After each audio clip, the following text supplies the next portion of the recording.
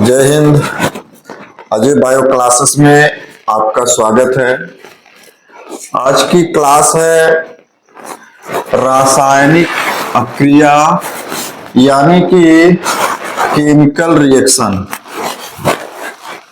देखिए class 11th और class 12th साथ साथ जो है क्लास 10th वालों के लिए भी यह रासायनिक अक्रिया एक जो है केमिकल रिएक्शन है और जो है रासायनिक समीकरण जो होता है केमिस्ट्री में सबसे ज्यादा इंपॉर्टेंट है। चलिए इस रासायनिक अक्रिया और रासायनिक समीकरण को समझने से पहले कुछ बेसिक चीज यानी कि बेसिक पॉइंट को समझें, फिर जो है रासायनिक अक्रिया और रासायनिक समीकरण जो होगा वह बिल्कुल सिंपल होगा, सरल हो जाएगा। तो चलते हैं बेसिक पॉइंट पर। बेसिक पॉइंट, तो बेसिक पॉइंट क्या है रासायनिक अक्रिया में और रासायनिक समीकरण में। तो बेसिक पॉइंट को देखेंगे तो आप जो है क्या पाते हैं कि दैनिक जीवन में कुछ परिवर्तन, दैनिक जीवन में परिवर्तन, दैनिक जीवन में परिवर्तन। अब ये दैनिक जीवन में जो परिवर्तन होता है, दैनिक जीवन का मतलब है कि हमारे आपके जो है प्रतिदिन का जो जीवन है, प्रतिदिन हम आप जो देखते हैं और प्रतिदिन जो है हम लोगों के साथ जो घटनाएं घटती हैं, यानी कि हमारे जो जीवन में हमारे लाइफ से जुड़ी होती हैं और जो चेंजिंग बनी रहती है वो जो है दैनिक जीवन की परिवर्तन कहलाती है। और देखेंगे तो ये जो दैनिक जीवन में परिवर्तन होता है वह जो है दो तरह से होता है। एक तो जो है भौतिक परिवर्तन के रूप में, एक जो है भौतिक परिवर्तन के रूप में यानी कि फिजिकल चेंज, फिजिकल चेंज के रूप में। और दूसरा जो होता है रासायनिक परिवर्तन होता है, रासायनिक परिवर्तन के रूप में होता है। तो जो रासायनिक परिवर्तन यानी कि केमिकल चेंज होता है, केमिकल चेंज होता है इस तरह से। अब देखेंगे भैया जो बेसिक पॉइंट है, यानी कि बेसिक पॉइंट में आपको पहला बेसिक पॉइंट मिलता है दैनिक जीवन में परिवर्तन। और दैनिक जीवन में दो तरह से परिवर्तन, एक फिजिकल चेंज के रूप में और एक जो है केमिकल चेंज के रूप में। अब इस फिजिकल चेंज क्या है, केमिकल चेंज क्या है, जब इसको अच्छे से समझेंगे तो रासायनिक अक्रिया और रासायनिक समीकरण जो है वह समझने में आसानी हो जाएगी, सुगमता हो जाएगा, सरल हो जाएगा। तो सबसे पहले भौतिक परिवर्तन को जानना जरूरी है। तो फिजिकल चेंज में क्या होता है, यानी कि दैनिक जीवन में होने वाला वह परिवर्तन, दैनिक जीवन में होने वाला वह परिवर्तन जिसको किसी वस्तु में उसकी प्रारंभिक अवस्था से अंतिम अवस्था और अंतिम अवस्था से प्रारंभिक अवस्था में यानी कि दोहराया जा सके, लाया जा सके। यानी कि यहां पर देखेंगे तो कुछ इस तरह से इसको दिखा सकते हैं उत्क्रमणीय अक्रिया के रूप में। उत्क्रमणीय अक्रिया यानी कि वे अक्रियाएं जो क्या करती हैं, अग्र तथा पश्च चलती हैं, यानी कि अग्र तथा पश्च दोनों दिशाओं में चल करके अपूर्ण होती हैं। ऐसी अक्रियाएं जो है उत्क्रमणीय अक्रिया कहलाती है। तो जो फिजिकल चेंज है यह एक अनुत्क्रमणीय अक्रिया उत्क्रमणीय अक्रिया के रूप में होता है, उत्क्रमणीय अभिक्रिया के रूप में होता है,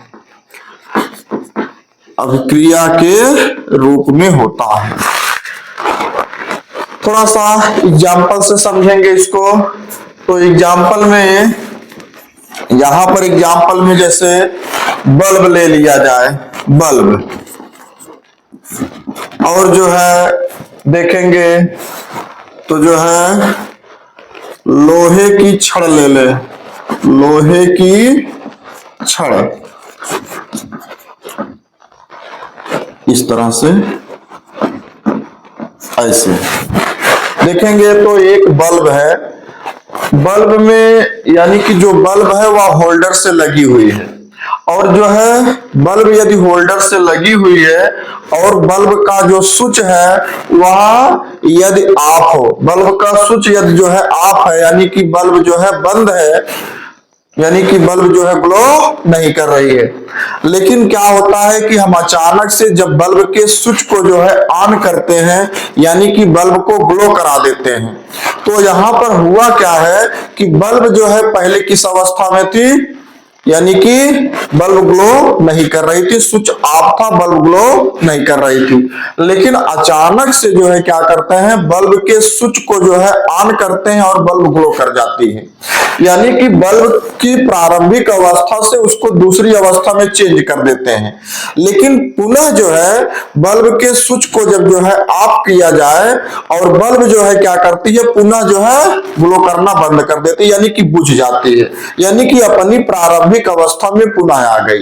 कहने का मतलब है कि पदार्थों में होने वाला वह परिवर्तन जो अपनी प्रारंभिक अवस्था से दूसरी यानी कि अंतिम अवस्था और अंतिम अवस्था से प्रारंभिक अवस्था दोनों अवस्था में परिवर्तित किया जा सके, वह परिवर्तन जो है भौतिक परिवर्तन कहलाता है। बल्ब का ग्लो होना, भाई बल्ब स्विच ऑफ था, बल्ब जो है ग्लो नहीं कर रही थी, बल्ब के स्विच को ऑन किए, बल्ब जो है ग्लो करना शुरू की, यानी कि बल्ब की प्रारंभिक अवस्था जो है ग्लो नहीं कर रही थी यानी कि बुझी थी, और स्विच जब ऑन होता है तो बल्ब जो है ग्लो कर जाती है यानी कि जल जाती है। तो यानी कि बल्ब अपनी प्रारंभिक अवस्था से एक नई अवस्था में आ गई।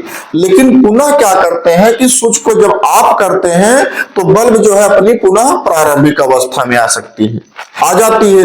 तो यह परिवर्तन जो है फिजिकल चेंज यानी कि भौतिक परिवर्तन कहलाता है। इसी तरह से देखेंगे लोहे की छड़ है, एक लोहे की राड है, लोहे की छड़ है, उस लोहे की छड़ को मान लीजिए कि लोहे की छड़ जो है बिल्कुल सीधी है, लोहे की छड़ सीधी है।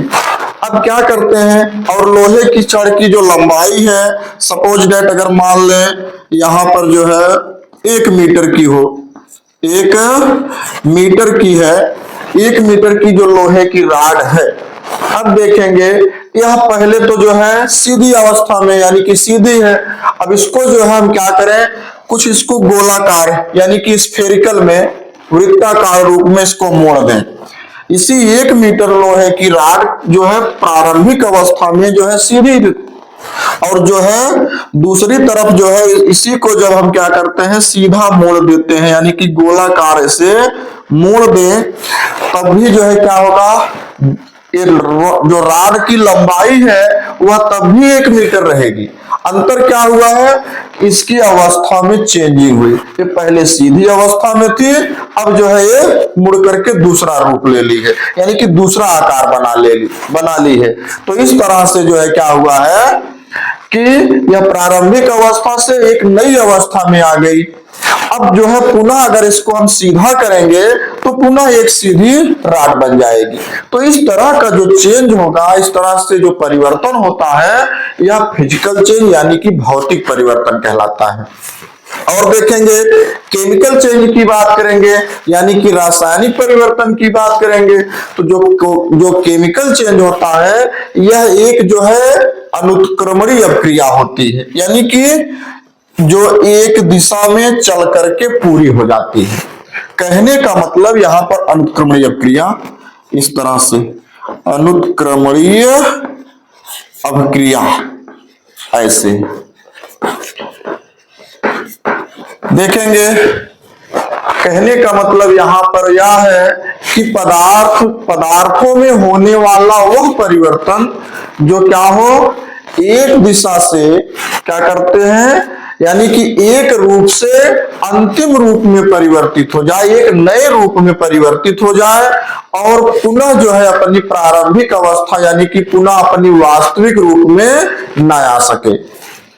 पदार्थों में होने वाला वह परिवर्तन है जिसमें पदार्थ अपनी प्रारंभिक अवस्था से अंतिम अवस्था में परिवर्तित तो हो जाए, लेकिन अंतिम अवस्था से पुनः प्रारंभिक अवस्था में नहीं आ पाता है। पदार्थों में होने वाला यह परिवर्तन रासायनिक परिवर्तन कहलाता है, केमिकल चेंज कहलाता है। और यह एक जो है अनुत्क्रमणीय अभिक्रिया के रूप में होता है, अनुत्क्रमणीय अभिक्रिया देता है। अनुत्क्रमणीय अभिक्रिया का मतलब है कि वे अभिक्रियाएं जो एक ही दिशा में जो है चल करके पूरी हो जाती हैं, अनुत्क्रमणीय अभिक्रिया कहलाती हैं। अब इसका अगर एग्जाम्पल देखें तो यहाँ पर जैसे कुछ एग्जाम्पल ले लिया जाए इस केमिकल चेंज के लिए, रासायनिक परिवर्तन के लिए, तो क्या होगा देखेंगे यहां पर ऐसे एग्जाम्पल में केमिकल चेंज के लिए देखेंगे क्या होना, दूध से दही का बनना, दूध से दही का बनना ऐसे। और इसी तरह से आम का पकना, आम का पकना, तो ये सब जो है केमिकल चेंज के एग्जाम्पल मिलते हैं, यानी कि रासायनिक परिवर्तन का उदाहरण मिलता है। अब देखेंगे दूध से दही के बनने की बात, तो देखेंगे भाई दूध है, दूध को जो है क्या करते हैं, गर्म करते हैं, गर्म करने के बाद जो है दूध से दही बनाया जाता है। और दूध से जब दही बन जाता है, भाई दूध से दही तो बना, एक रूप से दूसरे रूप में परिवर्तित तो हो गया, लेकिन अब इसी दही से पुनः दूध बनाया जाए तो क्या दूध बनेगा? बिल्कुल नहीं बनेगा भाई, दही से दूध कहां बनने वाला है। तो यानी कि एक रूप से दूसरे रूप में परिवर्तित तो हो गया, लेकिन दूसरे रूप से जो है पुनः अपने वास्तविक रूप में नहीं आ रहा है। तो यह परिवर्तन जो है केमिकल यानी कि रासायनिक परिवर्तन कहलाता है। और यही चीज जो है भौतिक परिवर्तन में नहीं होता है। भौतिक परिवर्तन में क्या होता है, एक रूप से दूसरे रूप में परिवर्तित हुआ और दूसरे से पुनः अपने वास्तविक रूप में आ जाता है। अभी यहाँ पर बल्ब का जलना, लोहे की छड़ का जो है सीधा होना अथवा जो है वृत्ताकार में किसी रूप में जो है बना देना। अब इसी तरह से जो केमिकल चेंज है, केमिकल चेंज में क्या हुआ है, दूध से दही बना, यानी कि एक रूप से जो है दूसरे रूप में परिवर्तित तो हुआ और दूसरे रूप से जो है पुनः अपने वास्तविक रूप में, यानी कि दही से पुनः दूध नहीं बन सकता। तो यह चेंज जो है केमिकल चेंज यानी कि रासायनिक परिवर्तन कहलाता है। और देखेंगे तो यहां पर जैसे आम का पकना है, आम है, आम कच्चा आम है, भाई पेड़ में आम जो है फल के रूप में आया और जो है धीरे धीरे वही कच्चा आम जो है क्या करता है, पेड़ में पक जाता है। अब जब पक गया तो पका हुआ आम, यानी कि आम था तो पहले वह आम कैसे था, कच्चा था, तो वह धीरे धीरे जो है जब पक गया यानी कि वास्तविक रूप से एक नए रूप में आ गया। अब पुनः जो पका हुआ आम है उस पके हुए आम से वह कच्चा आम नहीं बन सकता। कहने का मतलब है कि अपनी वास्तविक रूप से एक नए रूप में परिवर्तित तो हो रहा है, लेकिन नए रूप से जो है पुनः वास्तविक रूप में परिवर्तित नहीं हो रहा है। इस प्रकार का परिवर्तन जो है रासायनिक परिवर्तन यानी कि केमिकल चेंज कहलाता है। अब केमिकल चेंज एक अनुत्क्रमणीय अभिक्रिया है, हम आपको बताएं। अब रासायनिक अभिक्रिया को समझेंगे तो उत्क्रमणीय अभिक्रिया क्या है, उत्क्रमणीय अभिक्रिया क्या है और उत्क्रमणीय अभिक्रिया क्या है। जब रासायनिक अभिक्रिया देखेंगे तो रासायनिक अभिक्रिया में बहुत सी अभिक्रियाएं मिल जाती हैं, लेकिन फिलहाल जो है यहाँ पर भौतिक परिवर्तन में एक रूप से वास्तविक रूप से किसी नए रूप में परिवर्तित होना और नए रूप से जो है पुनः वास्तविक रूप में आ जाना, यानी कि जो अग्र तथा जिसमें अग्र तथा पश्च दोनों अभिक्रियाएं चलती हो उत्क्रमणीय अभिक्रिया देती है। और जो है पदार्थों में होने वाला यह परिवर्तन भौतिक परिवर्तन होता है। इसी तरह से जो केमिकल चेंज है तो केमिकल चेंज में जो है करा है कि अनुत्क्रमणीय अभिक्रियाएं होती हैं। तो अनुत्क्रमणीय अभिक्रिया का मतलब है कि वह क्रियाएं जो एक ही दिशा में चल करके लगभग पूरी हो जाती हो अनुत्क्रमणीय क्रिया कहलाती है। और अनुत्क्रमणीय क्रिया में जो परिवर्तन होता है पदार्थों में वह एक जो है केमिकल चेंज के रूप में, रासायनिक परिवर्तन के रूप में होता है। कितनी चीज। अब उत्क्रमणीय अपक्रिया, अनुत्क्रमणीय अपक्रिया, योगात्मक अपक्रिया, विलोपन अपक्रिया और जो है कई भी अपक्रियाएं आपको आगे मिलेंगी। तो अपक्रिया, पहले तो रासायनिक अपक्रिया को जानना जरूरी है। तो चलिए अब हमारी जो रासायनिक अपक्रिया है, भाई इतनी बात तो हो गई परिवर्तन की। दैनिक जीवन में परिवर्तन दो तरह से, भौतिक और रासायनिक के रूप में, इतनी बात हो गई। अब ये तो बेसिक पॉइंट में आपको मिल गया। अब ये बेसिक पॉइंट को जो है पहले तो अच्छे से नोट कर लीजिए, वीडियो को पॉज करके, वीडियो को बीच बीच में पॉज करके जो है नोट करते चलेंगे, लिखते चलेंगे, तो बिल्कुल इजी होगा, बहुत सरल होगा, बहुत सिंपल होगा, सब कुछ आएगा। चलिए अब जो है रासायनिक अपक्रिया की बात करें, केमिकल रिएक्शन की बात करते हैं। केमिकल रिएक्शन है क्या, चलिए देखते हैं।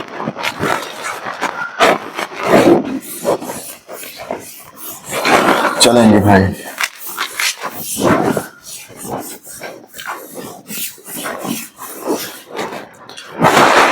रासायनिक अपक्रिया देखेंगे। रासायनिक परिवर्तन को रासायनिक अपक्रिया कहते हैं।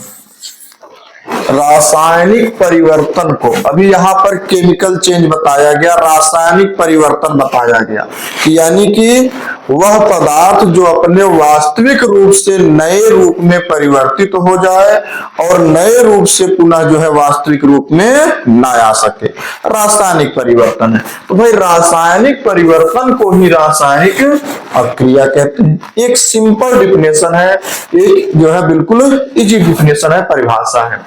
इसके अतिरिक्त इसको हम और तरह से परिभाषित कर सकते हैं। रासायनिक अपक्रिया वह प्रक्रिया है जिसमें नए पदार्थ नए गुणों के साथ जो है बनते हैं। नए पदार्थ नए गुण के साथ बनते हैं। अभी यहां पर एक एग्जाम्पल देखा गया, आपको एक एग्जाम्पल अभी हम बताए क्या, दूध से दही का बनना, दूध से दही का बनना, और जो है दूसरा मिलता है क्या, आम का पकना, आम का पकना। देखेंगे दूध से दही का जो बनना है, दूध है, दूध की प्रॉपर्टी जो होगा, दूध का जो गुण होगा वह पहले कुछ दूसरे गुण के रूप में होगा, यानी कि दूध का दूसरा प्रॉपर्टी होगा। लेकिन दूध से जो है जब दही बनता है तो दही बना, यानी कि भाई दूध था, दूध तो एक दूसरा पदार्थ था, और दूसरा पदार्थ था तो उसका दूसरा स्वाद था, दूसरा जो है उसका गुण था, और दूसरा उसका जो है स्वाद था, गंध था, रंग था, तो दूध का दूसरा था। अब जो दही बन गई दूध से, तो दही का स्वाद देखेंगे दूसरा बदल जाएगा, उसका जो है रंग भी दूसरा मिल जाएगा, और उसका जो है क्या होगा, उसका हाँ क्या मिल गया, उसका जो टेस्ट होगा, स्वाद होगा, वह भी दूसरा होगा। तो देखेंगे दूध से दही का बनना, दूध है, दूध की प्रॉपर्टी दूसरी और दही की प्रॉपर्टी दूसरी मिल गई। तो यानी कि एक जो नया पदार्थ बना दही के रूप में, दूध से दही के रूप में, और इस नए पदार्थ में एक नया गुण आया है। पहले तो यह था, दूध था, इसमें दूसरा गुण था, इसका जो है स्वाद, इसका कलर जो है दूसरा था। अब जब नया पदार्थ बना तो नए पदार्थ के बनने से उस पदार्थ का यानी कि दही का गुण भी बदल जाता है, एक नया गुण आ जाता है। तो इस प्रकार की जो प्रक्रिया होती है वह रासायनिक अपक्रिया कहलाती है। इसी तरह से आम का पकना देखेंगे, तो पौधे में जो है आम के पेड़ में आम आया, वह कच्चा था, तो कच्चा था तो भाई उसका स्वाद जो है क्या था, खट्टा था, उसका कलर जो है क्या था, ग्रीन कलर का था, और देखेंगे धीरे धीरे जो है वह पक गया, पका तो उसका स्वाद मीठा हो गया, और वह जो है उसका कलर भी बदल गया। तो इस तरह से जो है क्या हुआ है कि एक नया गुण के साथ नया पदार्थ मिला, कब, रासायनिक अपक्रिया में। तो ये है रासायनिक अपक्रिया। अब इसके साथ रासायनिक अपक्रिया को और भी समझ सकते हैं, और जो है रासायनिक अपक्रिया को कुछ इस तरह से भी समझा जाता है। अपने जो केमिस्ट्री है, जो रसायन विज्ञान है, इस रसायन विज्ञान में रासायनिक अपक्रिया को कुछ और आगे हम इस तरह से भी समझ सकते हैं क्या है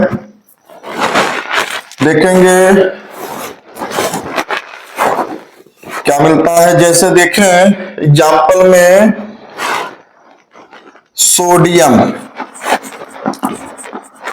सोडियम की अपक्रिया जो है क्लोरीन से कराते हैं। सोडियम की अपक्रिया क्लोरीन से करा करके क्या करें, सोडियम क्लोराइड प्राप्त करते हैं। सोडियम क्लोराइड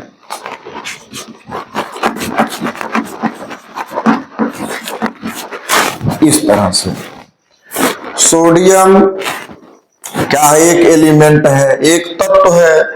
क्लोरीन एक एलिमेंट है, तत्व है।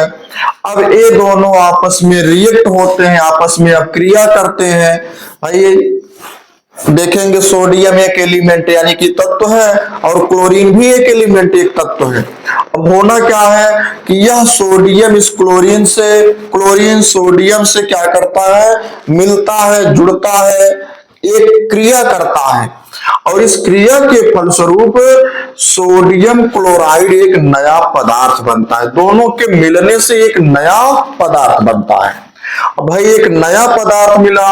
अब सोडियम को देखेंगे तो सोडियम की प्रॉपर्टी, सोडियम का जो गुण था, सोडियम का जो टेस्ट था, कलर था, एक दूसरा था। क्लोरीन की जो प्रॉपर्टी थी वह जो है दूसरी थी।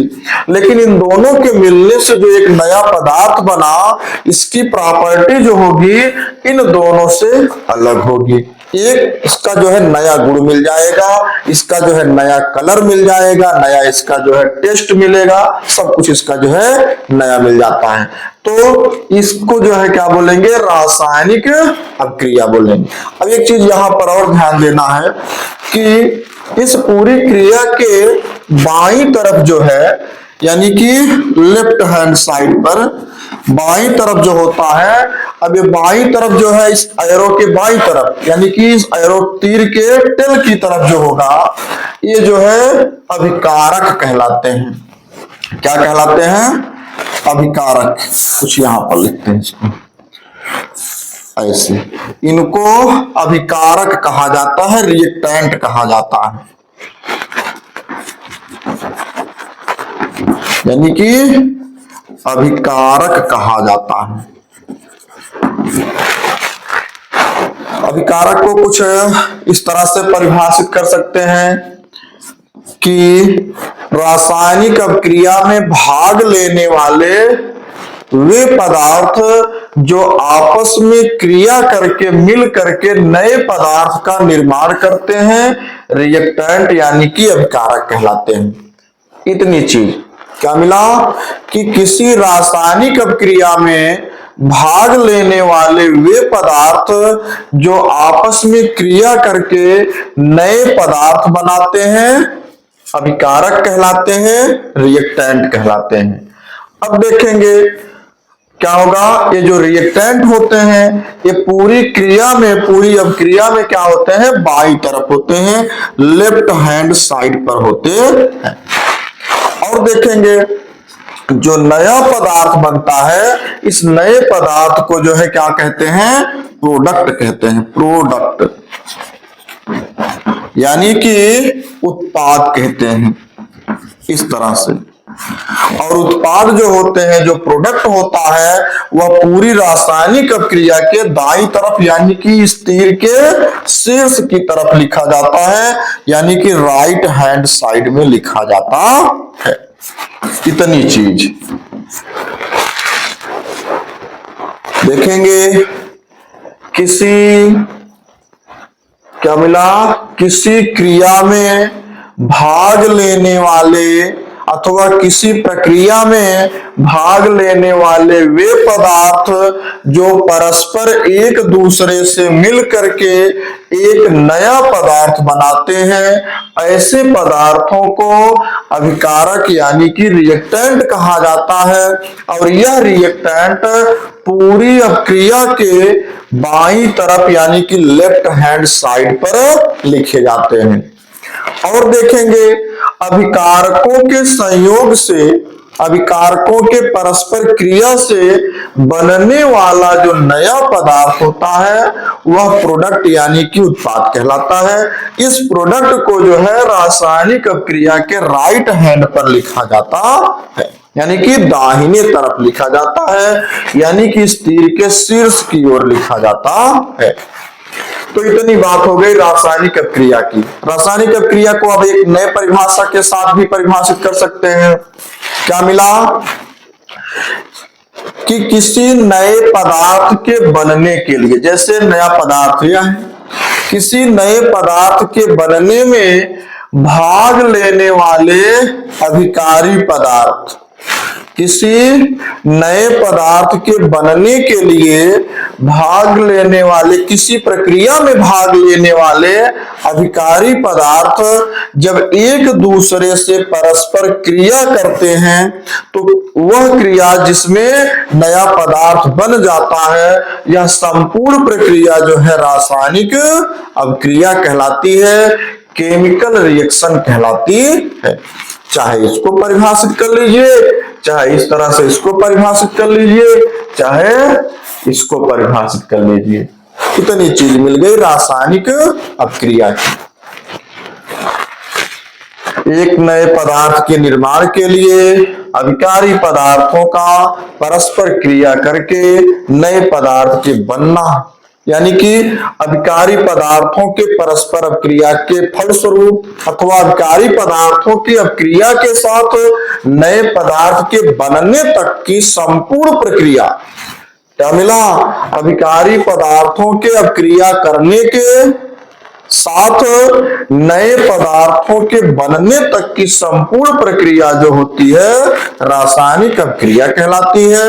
और रासायनिक अभिक्रिया में जो है सदैव नए पदार्थ बनते हैं और नए पदार्थों का जो गुण होता है वह अभिकारकों के गुण से जो है क्या होता है, अलग होता है, अथवा एक नए गुण के साथ होता है, एक नया प्रॉपर्टी मिल जाता है, नया गुण मिल जाता है। इतनी चीज। अब चलिए रासायनिक समीकरण क्या है उसको समझ लेते हैं। भाई देखिएगा, रासायनिक अभिक्रिया समझ में आ गई तो रासायनिक समीकरण भी आ जाएगा। अब देखेंगे थोड़ा सा है, इसमें थोड़ा सा चेंजिंग होगा। क्या मिलेगा रासायनिक समीकरण से? चलिए कि रासायनिक समीकरण क्या है।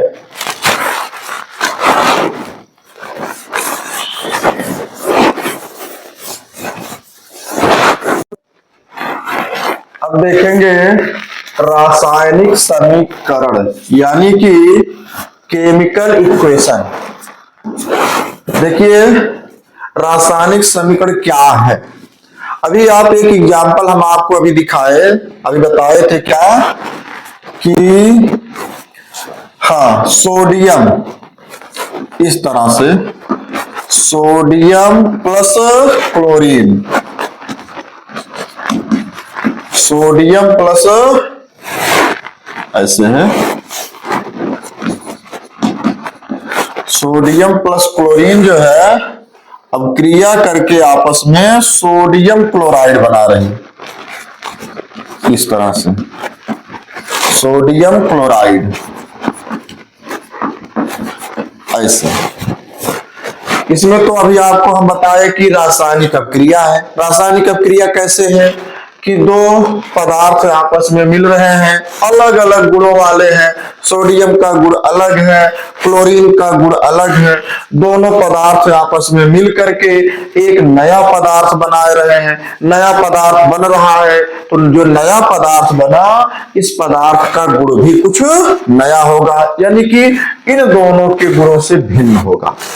तो सिंपल हम आपको बता दिए कि किसी जब जो है इन दोनों को हम आपको बता दिए कि ये तो अभिकारी पदार्थ हो गए, तो सिंपल है, और इधर जो है प्रोडक्ट हो गया यानी कि उत्पाद हो गया।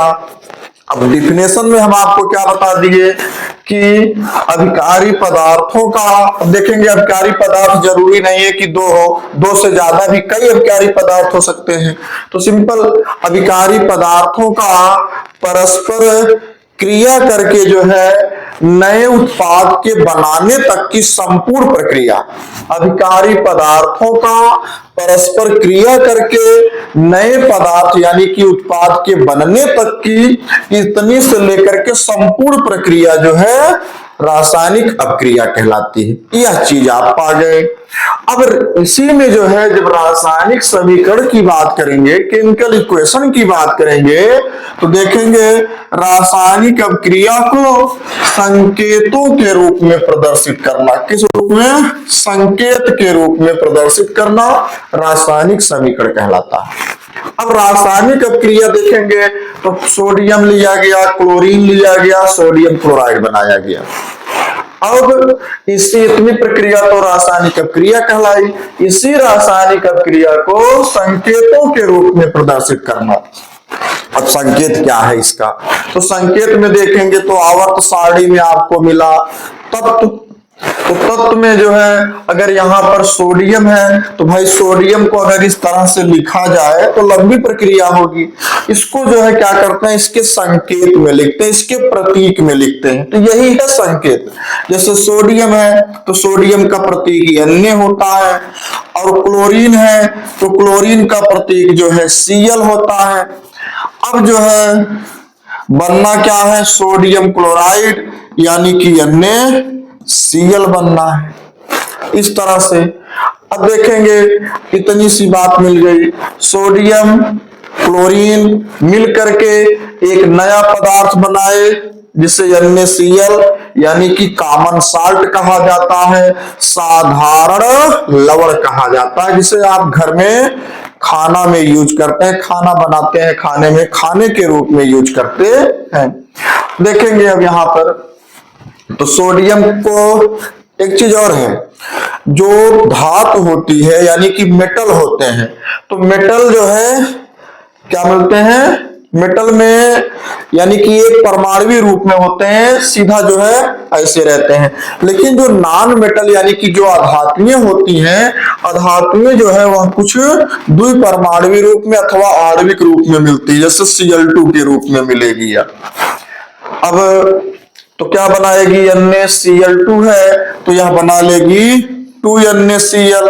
अब देखेंगे सब जो है क्लोरीन तो 2 इधर हो गई और सोडियम भी यहाँ पर 2 होना चाहिए। यहाँ पर 2 क्लोरीन था तो 2 क्लोरीन यहाँ हो गई, और सोडियम भी यहाँ 2 हो गया तो यहाँ पर 2Na कर देंगे, 2Na प्लस Cl2, उसके बाद 2NaCl मिल गया। फिलहाल तो रासायनिक समीकरण संतुलित करना है। यहाँ पर समीकरण संतुलित करने के लिए हम आपको जो है इसके पहले के वीडियो में हम आपको बता चुके हैं, समझा चुके हैं। उस वीडियो को देख करके रासायनिक समीकरण को संतुलित कर सकते हैं। उस वीडियो को देख लीजिएगा, अच्छे से समझ लीजिएगा। फिलहाल आगे चलेंगे तो इतनी सी बात क्या हो गई कि रासायनिक अपक्रिया में यानी कि रासायनिक अपक्रिया में भाग लेने वाले जो अभिकारी पदार्थ हैं, इन अभिकारी पदार्थों को इनके प्रतीकों में लिखना, और अभिकारी पदार्थों से के क्रिया से बनने वाला जो प्रोडक्ट है उसको संकेत में लिख देना। अथवा क्या होना कि रासायनिक अपक्रिया को संकेतों में जो है प्रदर्शित करना, संकेतों में लिख देना रासायनिक समीकरण कहलाता है, केमिकल इक्वेशन कहलाता है। अभी बात आई थी धातु और अधातु की, मेटल एंड नॉन मेटल की। तो मेटल और नॉन मेटल की बात करेंगे तो इसको तो आपको हम पहले बता चुके हैं, इसके पहले की क्लास में हम आपको समझा चुके हैं, पढ़ा चुके हैं। क्या मिला था कि वे तत्व अथवा परमाणु जो अपने इलेक्ट्रॉन को किसी दूसरे तत्व अथवा परमाणु को अपने क्या मिला कि वे तत्व अथवा परमाणु जो अपनी अस्थायी संरचना को पाने के लिए, अपने अष्टक को पूरा करने के लिए अपने इलेक्ट्रॉन को दूसरे अन्य तत्व अथवा परमाणुओं को क्या करते हैं, त्याग देते हैं, दे देते हैं। ऐसे तत्व अथवा परमाणु को मेटल यानी कि धातु कहा जाता है। और नॉन मेटल की बात करेंगे, अधातु की बात करेंगे, तो क्या मिला कि ऐसे तत्व अथवा परमाणु जो अपनी अस्थाई संरचना को पाने के लिए यानी कि अपने अष्टक को पूरा करने के लिए इलेक्ट्रॉन को ग्रहण करते हैं, लेते हैं, ऐसे तत्व अथवा परमाणु को नॉन मेटल कहा जाता है यानी कि अधातु कहा जाता है। देखेंगे तो नॉन मेटल जो होते हैं ये इलेक्ट्रॉन ग्रहण करते हैं, भाई जिससे इलेक्ट्रॉन लेंगे उसके लिए नॉन मेटल जो है क्या होंगे, ऋणावेशित होते हैं, यानी कि इस पर माइनस चार्ज आ जाता है। माइनस चार्ज क्यों आया, क्योंकि ये किसी से इलेक्ट्रॉन लिए हैं, तो जिस परमाणु से इलेक्ट्रॉन लिए होंगे उसके तो माइनस हो जाएंगे ना। और जो धातु होता है, जो मेटल होता है, उस पर पॉजिटिव चार्ज होता है यानी कि धनावेशित होते हैं। अब धनावेशित क्यों होंगे कि भाई ये अपना अष्टक पूरा करने के लिए अपने इलेक्ट्रॉन को किसी दूसरे परमाणु को दिए हैं, तो भाई जिसको अपना इलेक्ट्रॉन दिए हैं उसके लिए क्या हो जाते हैं, पॉजिटिव हो जाते हैं, धनावेशित हो जाता है, इसलिए इस पर चार्ज आ जाता है, कौन सा, पॉजिटिव चार्ज। अब यहां पर इस रिएक्शन में देखेंगे ये सोडियम है, तो सोडियम का परमाणु क्रमांक क्या होता है, एटॉमिक नंबर 11 होता है, 11 होता है। जैसे यहां पर देखेंगे सोडियम, सोडियम का जो एटॉमिक नंबर होता है 11 होता है।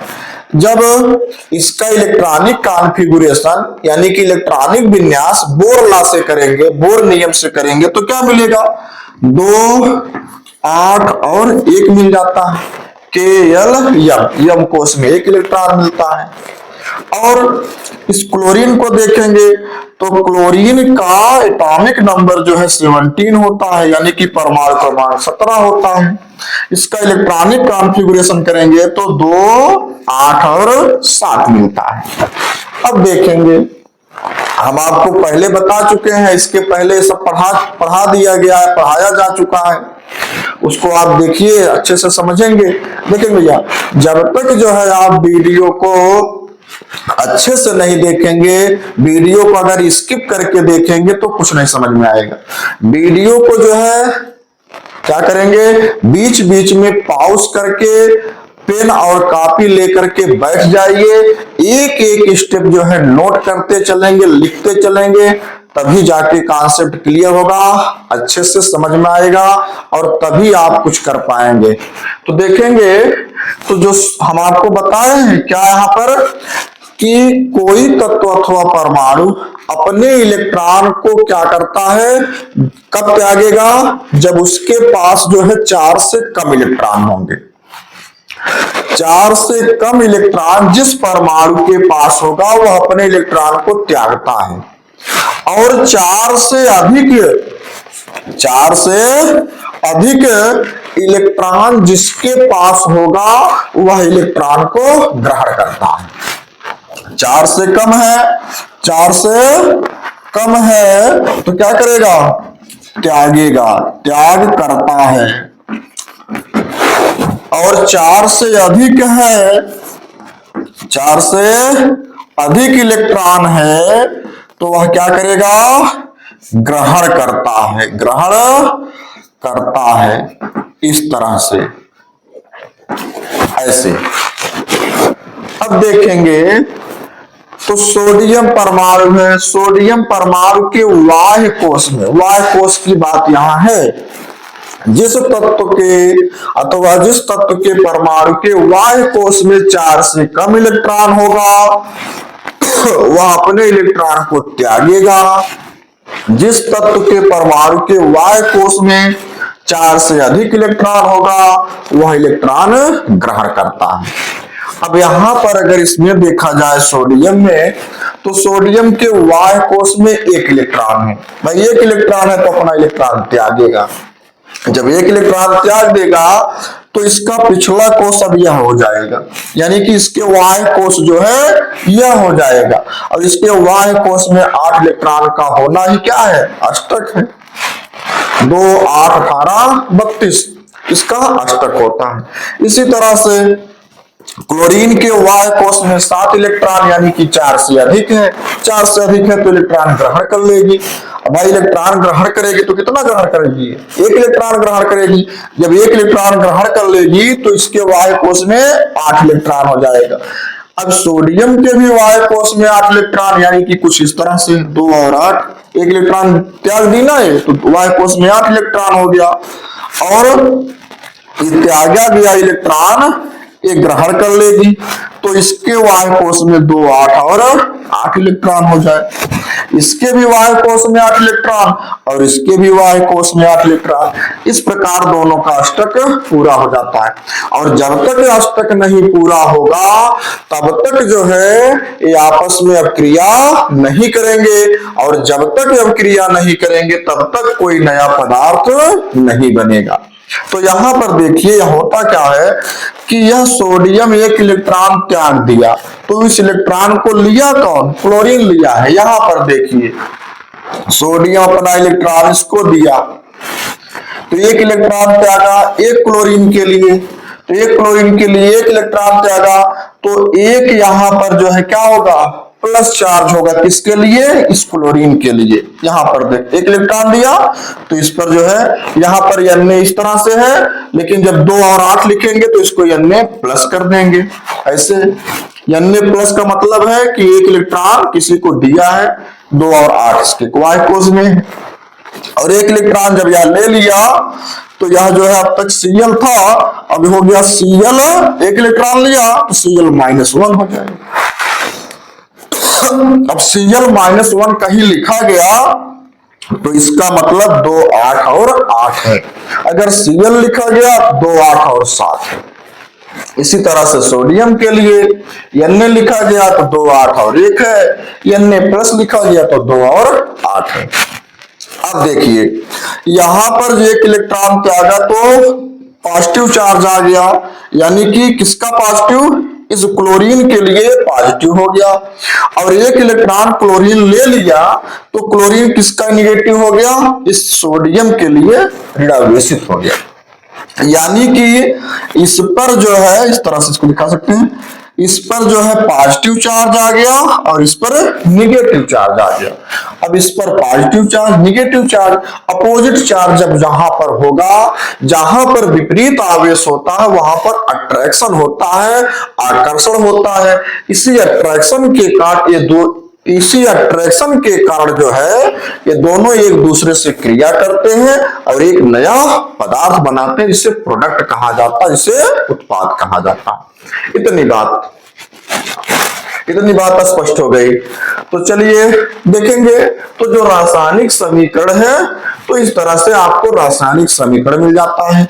इसी तरह से जो है और भी इसके कई रासायनिक समीकरण मिल जाएंगे। जैसे देखेंगे एग्जाम्पल में और को देख लेते हैं। जैसे जिंक है, क्या है? जिंक की अभिक्रिया सल्फ्यूरिक एसिड से कहा है, सल्फ्यूरिक एसिड से कराते हैं तो क्या बनेगा? Zinc sulphate. यहां से देखेंगे ऐसे जिंक सल्फेट,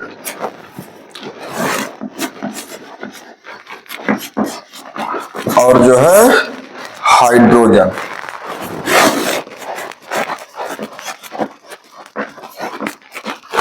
इतना जिंक की अभिक्रिया सल्फ्यूरिक एसिड से करा करके जिंक सल्फेट और हाइड्रोजन प्राप्त कर लेते हैं। ये तो रासायनिक अभिक्रिया है भाई, रासायनिक अभिक्रिया में यही मिलेगा। लेकिन इसी को अगर हम इसके प्रतीक में व्यक्त कर दें, इसके संकेतों में लिख दें, पूरी अभिक्रिया को अगर संकेत में लिख देंगे तो एक हमको समीकरण मिल जाएगा जिसे रासायनिक समीकरण कहा जाता है। तो इसका रासायनिक समीकरण क्या बनेगा? यहां पर ऐसे देख लेते हैं। जिंक है तो जिंक के लिए Zn, सल्फ्यूरिक एसिड के लिए क्या मिलेगा? H2SO4। और इसी तरह से जो है क्या बनाएंगे? Zinc sulphate. यहां पर देखेंगे जिंक के साथ यह SO4 अभिक्रिया कर लेगा तो हो जाएगा ZnSO4 और हाइड्रोजन अलग हो जाएगा तो प्लस H2 हो जाएगा। तो यह जो है रासायनिक समीकरण मिल गया, यानी कि केमिकल इक्वेशन मिल गया। तो इस तरह से क्या मिला, हमारा जो टॉपिक था क्या था, रासायनिक अभिक्रिया और रासायनिक समीकरण। तो इस तरह से रासायनिक अभिक्रिया और रासायनिक समीकरण को ज्ञात किया जा सकता है, समझा जा सकता है। चलेंगे, आज की क्लास यहीं पर खत्म करते हैं। आगे की जो क्लास होगी वह जो है कल आपको जो है कुछ नए टॉपिक के साथ, कुछ इंटरेस्टिंग टॉपिक के साथ दिया जाएगा। तब तक के लिए धन्यवाद। जय हिंद, वंदे मातरम।